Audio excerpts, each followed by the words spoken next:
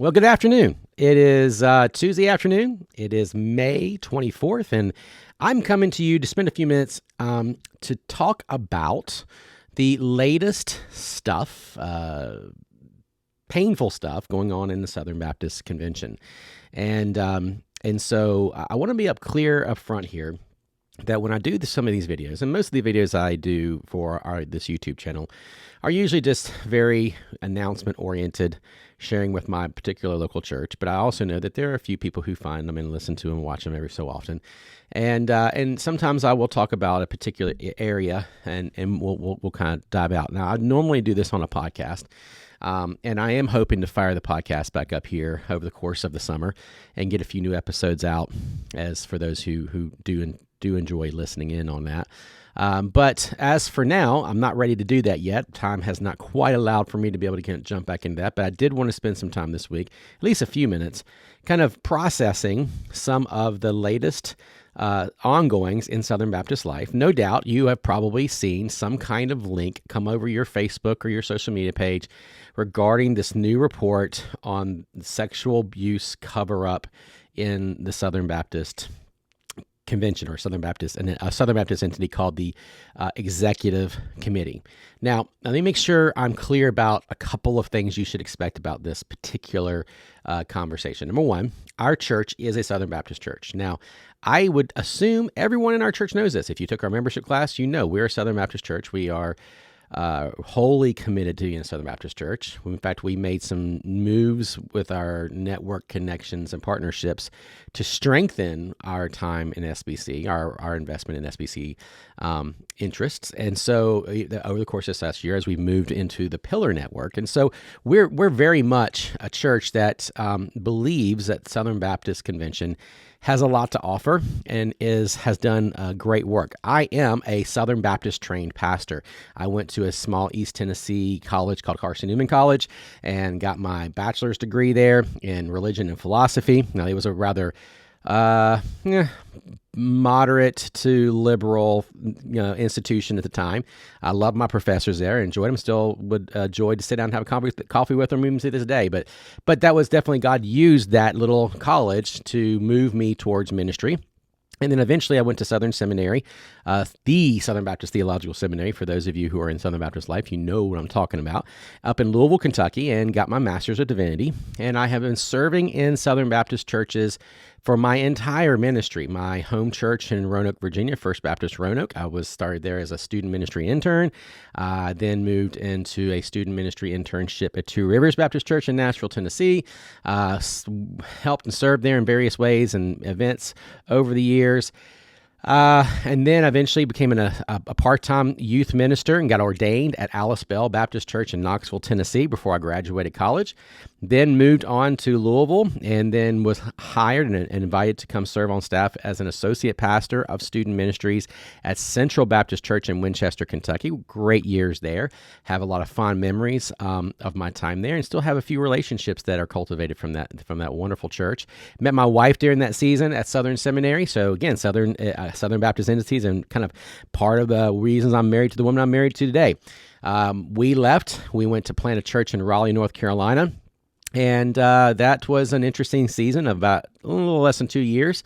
Lo and behold, we ended up back in Nashville, Tennessee, or over in Nashville, Tennessee, and served at a couple of churches here. Now I've helped plant two churches, Providence Baptist Church in Nolensville, and then that gave birth to the church I now pastor called Grace Church. And so I am very much invested in Southern Baptist life, have been trained and served in Southern Baptist churches.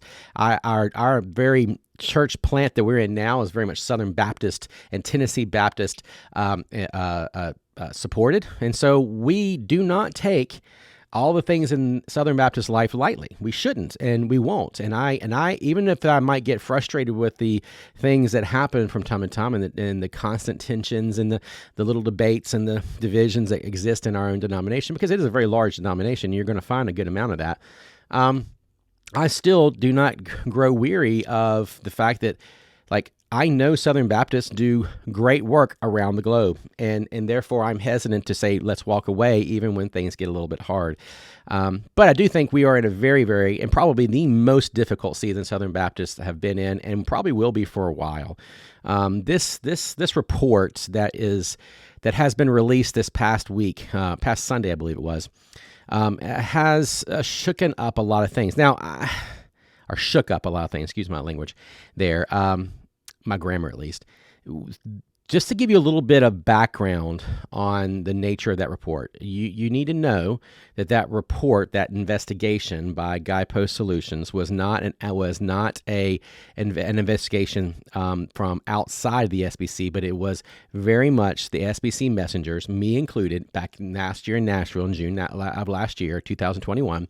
We requested and authorized a third-party investigation over the handling of sexual abuse,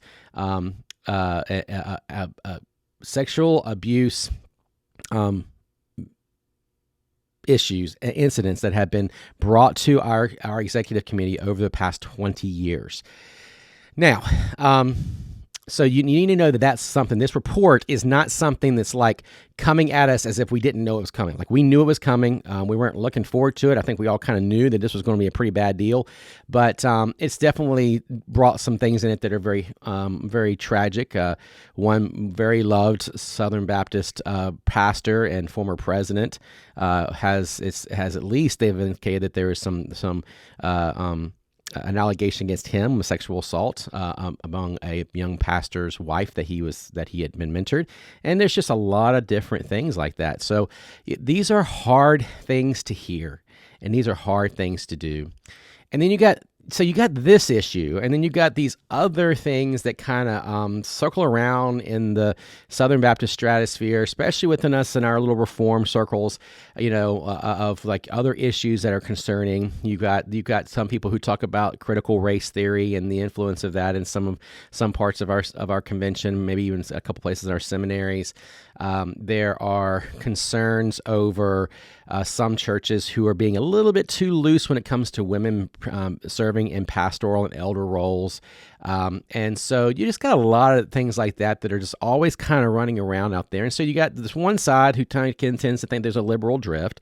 And then you got the other side who thinks that, that really tends to be things. Well, hey, in our efforts to always be, doctrinal purists, we turn a blind eye to real realities that exist in people's lives that have been brought to our attention, and yet we kind of let those things get buried behind a whole lot of bureaucracy. And so you got this big mess out there, and in Southern Baptist life, and it's something that hasn't gone away, and I don't expect it to go away anytime soon.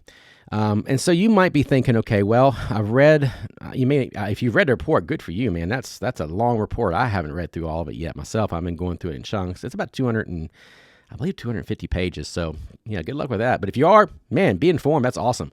But you've probably read some articles related to it, and different articles are going to take different spins on it, and they're going to think whether it's good or bad or whatever else. There's just going to be some different things out there. Here's what I want you to know about what happens from here and how things change and progress and move forward in the SBC, because you may not know how things work in the SBC. So our church is probably 50% people who come from Southern Baptist backgrounds. The other probably come from a variety of different backgrounds.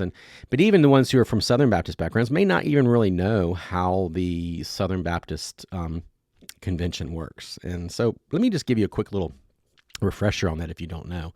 So you got to know that Southern Baptists are independent congregational churches, meaning they are churches that exist of their own volition.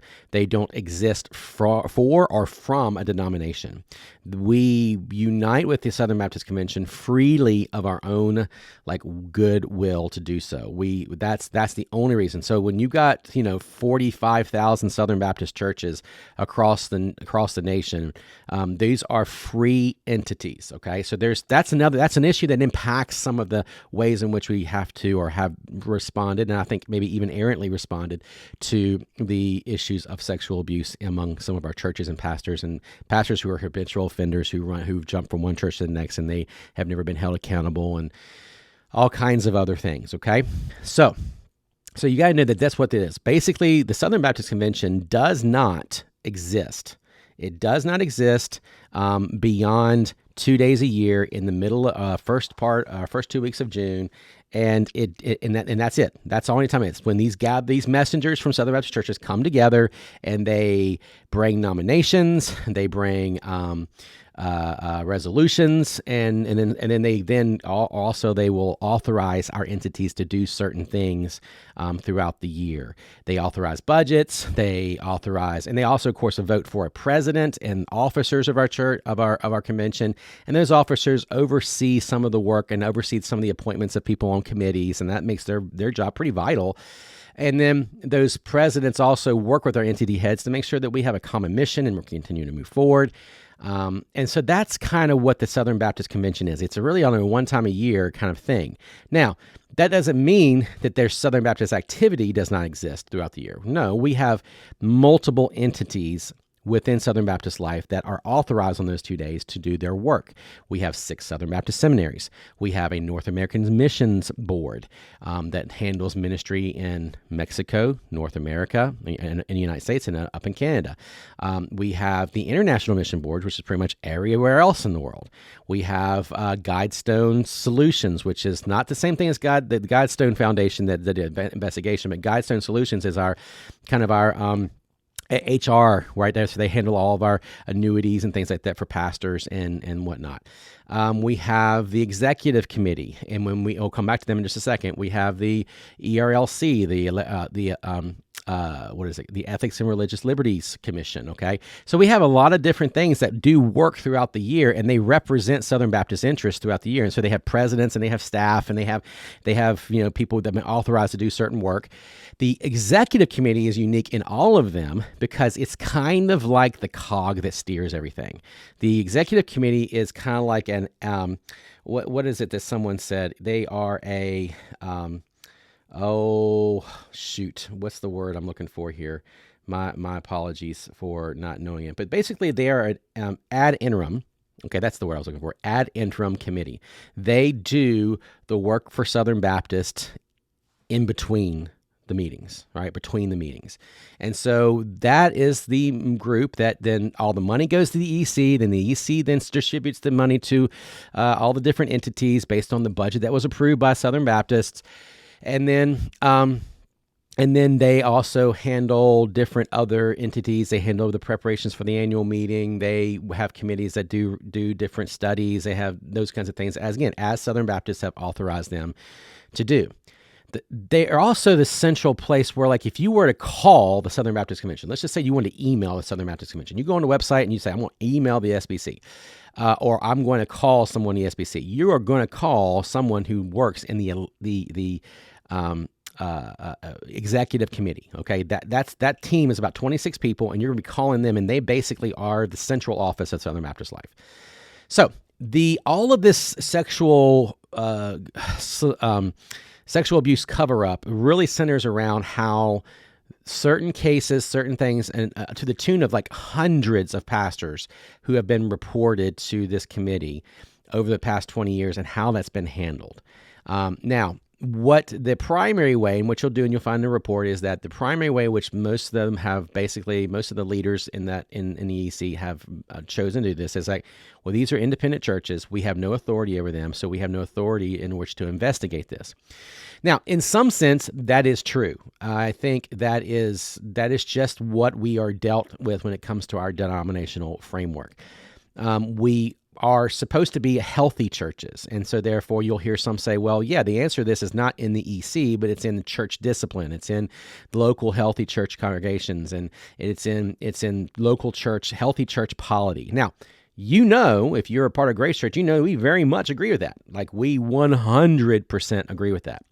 The problem lies when those churches don't do proper investigation on those who've been accused of or don't report them to the legal authorities.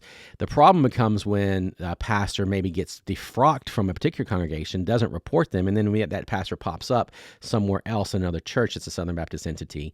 And so then there's been this cry for 15 years or more of, hey, we need a mechanism in place that basically gives Southern Baptist churches the ability to not only background check these pastors, which every Baptist church should background their leadership in some capacity, but a place where we might have, say, look, this person's been convicted of a sexual abuse, sexual assault of some sort, and they do not need to be serving in our Southern Baptist churches. Now, that doesn't mean we have the ability to say someone's qualified for ministry or not qualified for ministry. But what it does mean is that we can say, unless we know, there can be a team in place that basically says, hey, if this person hasn't went through certain restorative things, has not been held accountable for these incidents, we don't think that church should be associating with our fellowship of churches across the nation. And so I think that's basically what most people have wanted, and it's been basically stiff-armed for a long time. I, for one, believe wholeheartedly you can both preserve local church autonomy. You can also preserve the responsibility of local churches to properly authorize and call and install pastors into their roles, or deacons, or whoever else, or even the other leadership for that matter. This is not just limited to pastors, but I'm just using that as the primary example. I am one who believes you can preserve all of that, but at the same time, though, we can be meaningfully associated. And me as a Southern Baptist pastor who's associated with Southern Baptist interests, I have an interest in whether or not another pastor or another church has been guilty of not doing their job to protect the sheep, protect women, protect children. And so hopefully that helps you get what is really happening in the SBC. And at least from my vantage point, that's the way I see it. And that's the way I've been wrestling with it for quite a while now. And so what you have now since last June, and what's been unfolding, is you have a lot of people out there who've basically been jumping ship because they don't want to give up their we'll call legal privilege in order to be part of the investigation, and they think they're going to open up Southern Baptist to libel and all that kind of stuff. And so the reality, though, that still has to come is, you know what? Integrity before God matters. It just really does. And an organization is an organization. It's temporary. Any human organization is just temporary. And if that organization is not acting in such a way or behaving in such a way that it protects the very people that it's supposed to, that it says it serves their interests, then that entity has no value in the kingdom of God. And so, we as Southern Baptists have an obligation, I think, to step in here and see that this gets done well and that we respond to this report well. And that's just where I stand on the whole issue. You will probably read things out there and you'll be tempted to start questioning whether or not this particular investigation is valid. And there are a number of groups out there who are trying to do everything they can to discredit Guidestone Solutions. I'm sorry, is it Guidestone Solutions? I don't know I can't remember if it is Guidestone. Yeah, Guidestone Solutions and their investigation. And I would just say, just don't go down that road. A lot of what is happening in that circle are those who are very much concerned with a drift that I'm not sure it actually exists in Southern Baptist life. Again, I'm not saying that there's not things that we don't need to pay attention to. Certainly, if there is an issue when it comes to CRT or when it comes to any other thing in there, homosexuality or transgender stuff, we need those things addressed because we got confessions that address those things. But when it comes to some of the ways in which we want our entities to run, those are really big issues. And when we have people who come and they have been victims of someone else's of misappropriated authority, we have a responsibility to say that's wrong and that's sin. And so, you know what, you just be careful when you're going out there and listening to everything. And if you have any questions about it, I certainly will help you walk through why, how you might see that. And again, I'm not going to tell you how to influence your opinion on it. I mean, we can certainly arrive at certain different opinions on it. But I do think that this particular group has a great reputation across many denominations and across many different Christian institutions about doing investigations that are thorough. There are clear, and they bring clear solutions to the table. And those who are fearful of that tend to be those who are trying to kind of, I'm going to say it this way. Southern Baptists have a problem with good old boyism.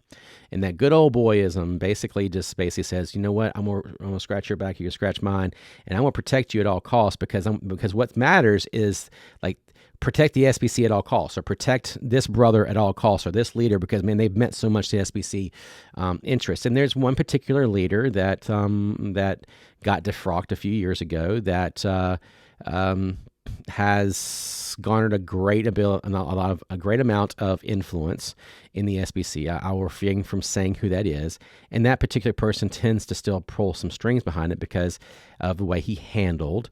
But he got defrocked because of the way he handled some sexual abuse cases, and in such a way that he even seemed to intimidate, based on lots of evidence and lots of files on this. He went to intimidate the way in which abuse victims would come to him and share some things. So his own trustees at the NCT that he led removed him from that post, and I don't think that sat well with a good portion of our SBC, and therefore they now distrust any effort to try to deal with sexual abuse victims. And so just be careful when you listen to some of these things, and try to be aware of what's really going on behind it. I can assure you, I've been in this for a long time, and I have, and I certainly have my perspective on it.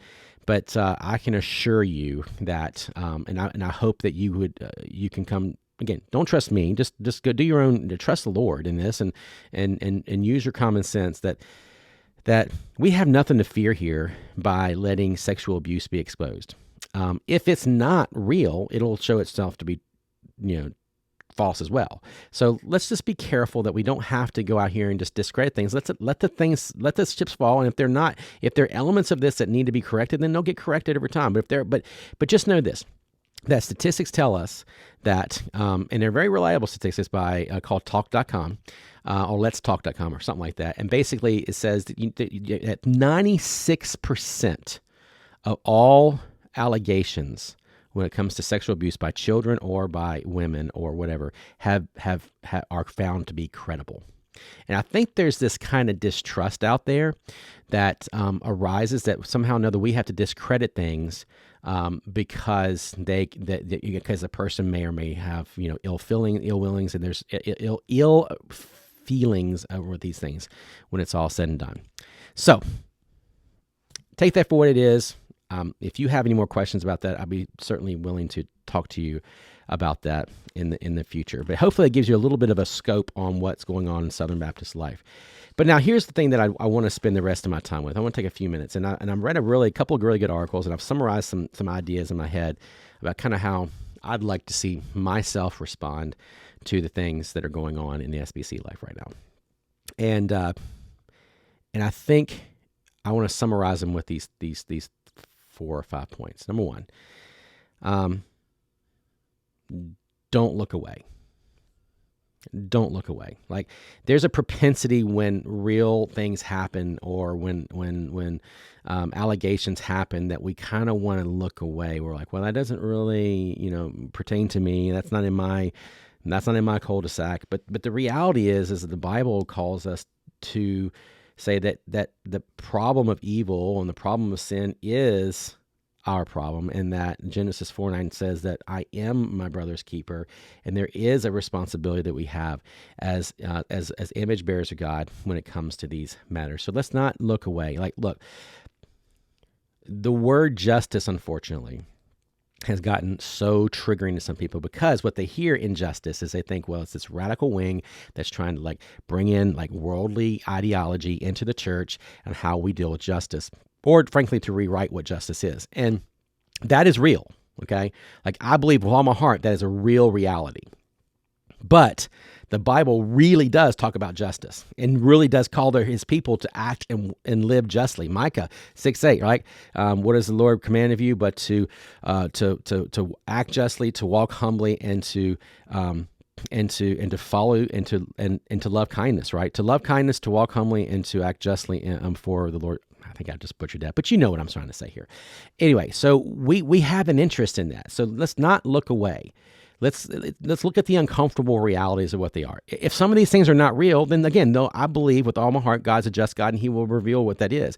But they are a lot of real things out there. As someone who's worked in counseling for a good portion of my ministry, especially over the last 5 or 6 years, I just know I've sat with a lot of people who have been discredited, who had real experiences of abuse, and that is not good for the church to have a disposition of prove it to me, in order for us to put on ashes and sackcloth when people are suffering. Now, of course, we want them to prove it. Obviously, we don't want to have false allegations going on out there, and I don't think anyone does. But the fact is, we have a culture that kind of tends to discredit victims a lot more.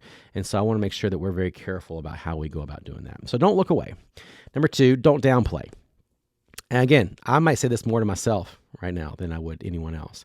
It would be very easy for me to say, well, there's always going to be a few bad apples, right? But most of that is in the past, or there's only a few bad apples here. But really, largely, this whole thing's working well. Look at all the great things Southern Baptists have done. Look at all the great things that many Southern Baptist leaders have done, and